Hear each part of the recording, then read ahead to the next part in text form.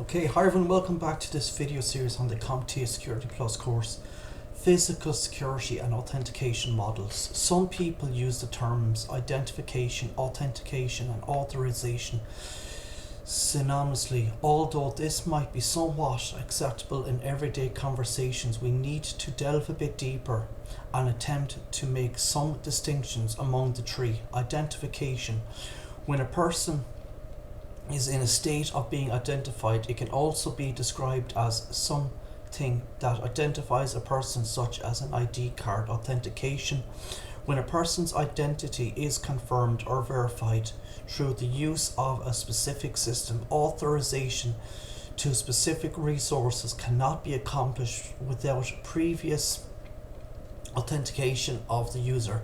This might also be referred to as access control, but generally authentication is considered to be a component of access control. Authorization: when a user is given permission to access certain resources.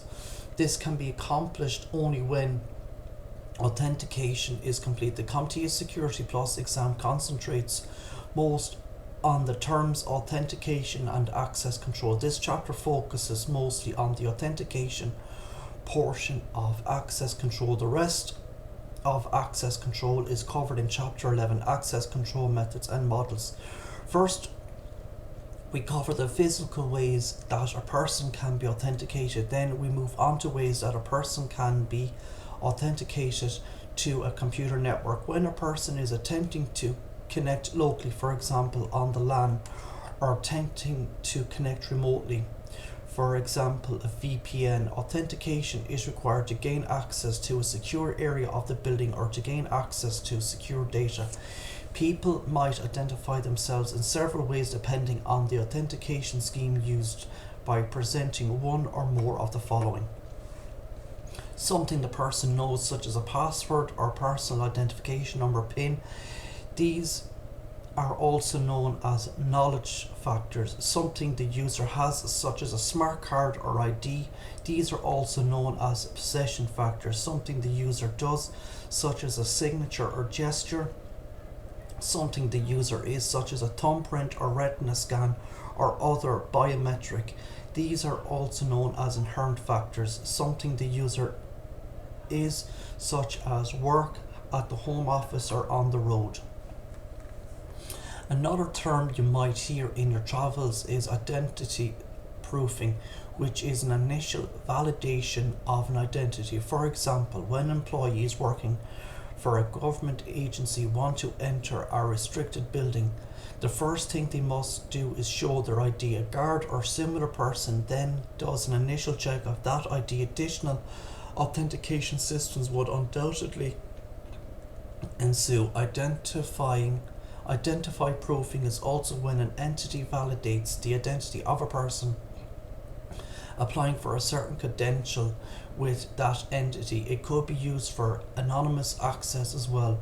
As you go through this chapter and read about the following physical and logical authentication technologies, try to remember this introduction and apply these concepts to each of these authentication types. Physical security: to control access, physical security can be considered the first line of defense. Sort of like a firewall is the first line of defense for networking. Implementing physical access security methods should be a top priority for an organization. Unfortunately, securing physical access to the organization building sometimes slumps to the bottom of the list, or a system is employed but it fails to mitigate risk properly. In some cases, the system is not maintained well. Proper building entrance access and secure access to physical equipment are vital, and anyone coming and going should be logged and surveyed. Let's discuss a few of the ways that we can secure physical access to an organization's building. General building and security room security. Protecting an organization's building is an important step in general security. The more security a building has, the less you have to depend on your authentication system. A building's perimeter should be surveyed for possible breaches. This includes all doors, windows, loading docks, and even the roof.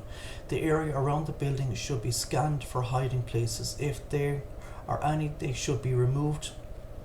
The area surrounding the building should be well lit at night. Some companies may opt to use security guards and guard dogs. It is important that these are trained properly. Usually an organisation will enlist the service of a third party security company. Video surveillance can also be employed to track an individual's movement. Video cameras should be placed on the exterior perimeter of the building in an area hard to access, for example 12 feet or higher, with no lateral or climbing access. The more well hidden the cameras are, the better.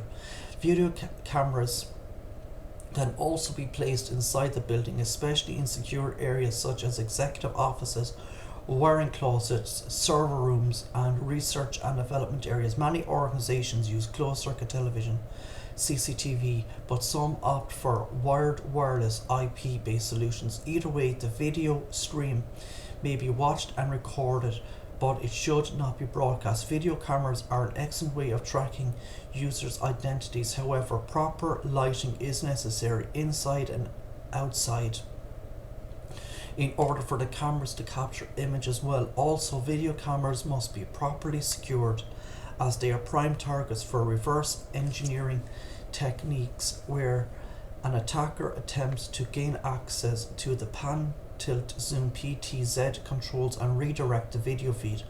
Motion detectors and other sensors are also common as part of a total alarm system. They are often infrared based, set off by heat, or ultrasonic based, set off by certain higher frequencies. We could go on and on about general building security, but this chapter focuses on authentication. Besides, I think you get the idea. If your organization is extremely concerned about building security and doubts that it has the knowledge to protect the building and its contents properly, consider hiring a professional. The server room is the lifeblood in today's organizations. If anything happens to the server room, the company could be in for a disaster. We talk more about how an organization can recover from disasters in chapter 16, redundancy and disaster recovery. But the best policy is to try and avoid disasters before they happen. So there are some things you should think about when it comes to server room security. First, where is the server room to be placed? It's wise to avoid basements and any other areas that might be prone to water damage. Second, the room should be accessible only to authorized IT persons. This can be accomplished by using one of the many door access systems. The room should also have video surveillance saved to a hard drive located in a different room of the building or stored off-site. All devices and servers in the server room should have complex passwords that only the authorized IT personnel have knowledge of. Devices and servers should be physically locked down with cable locks to prevent theft. If necessary, network cabling to each server should be approved with circuits and meet requirements for protected distribution systems. Door access. Locked door sounds simple, yet it is often overlooked. As a person in charge of security for a small business or even a mid-sized business, you might think all types of security, including entrances to the building. Door locks are essential. When deciding on locking system to use, you should take into account the type of area your building is in and the crime rate and who will have authorized access to the building. If you purchase regular door locks that work with a key, it is recommended that you get 2 or 3 of them. The first one should be tested. Can you break into it with a credit card, jeweler, screwdriver or other tools? And as a backup, should always be on hand in case the current door lock gets jimmied in an attempt to force a break-in. Cipher locks are also a decent solution when regular key locks are not enough, but you don't want to implement an electronic system. The cipher lock uses a punch code to lock the door and unlock it, though it will have a relatively low number of combinations. The fact that they have to be attempted manually makes it difficult to get past them. Of course, many organisations and especially government get more technical with their door access systems. Electronic access control systems such as card key systems are common. These use scanning devices on each door used for access to the building. They read the card keys that you give out to employees and visitors. These card keys should be logged. It should be known exactly who has which key at all times. The whole system is guided by a card key controller. This controller should be placed in a wiring closet or in a server room, and that room should be locked as well and protected by a card key system. Some companies implement separate card key systems for the server room and for the main entrances. Some systems use photo ID badges for identification and authentication to a building's entrance. They might have a magnetic strip similar to a credit card, or they might have a barcode or use an RFID chip. A key card door access system is another good practice for tracking user identities. Another possibility is a smart card. The smart card falls into the category of something a person has and is also known as a token. It's the size of a credit card and has an embedded chip that stores and transacts data for the use in secure applications such as hotel guest room access, prepaid phone services, and more. Smart cards have multiple applications, one of which is to authenticate users by swiping the card against a scanner, thus securing a computer or a computer room. The smart card might have a photo ID as well. Examples of smart cards include a PIV card, personal identity verification, which is required for all US government employees, contractors, and common access card, CAC, which is used to identify Department of Defense, military personnel, other DoD, civilian, government employees, and so on. These cards not only identify the person and are responsible for authentication to buildings and systems, but can also encrypt and digitally sign emails. These cards might be used as part of multi-factor authentication scheme in where there is a combination of username, password, or PIN. Advanced smart cards have specialized cryptographic hardware that can use algorithms such as RSA or 3DES, but generally use private keys to encrypt data. A smart card might incorporate a microprocessor, as in the case with the PIV and CAC cards. A smart card security system usually is composed of the smart card itself and smart card readers and back office database that stores all the smart card access control lists and history.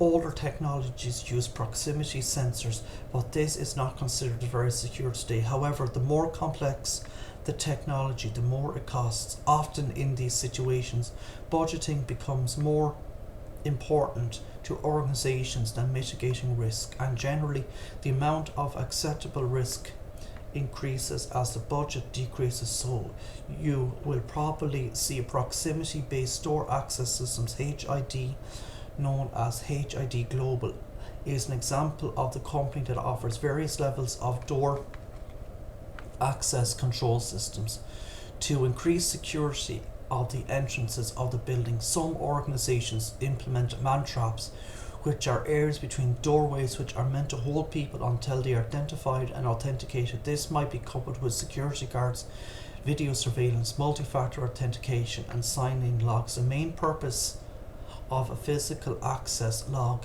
or sign-in log is to show who entered the facility, and when door access systems are considered by many to be the weakest link in an enterprise, this can be taken to the next level by also incorporating biometrics, thus creating a different type of multi-factor authentication scheme.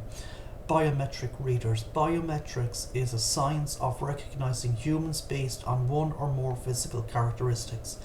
Biometrics is used as a form of authentication and access control. It is also used to identify persons who might be under surveillance. Biometric falls into the category of something a person is. Examples of bodily characteristics that are measured include fingerprints, retinal patterns, iris patterns, voice patterns, and even facial bone structures. Biometric readers, for example, fingerprint scanners, are becoming more common indoor access systems and on laptops or USB devices.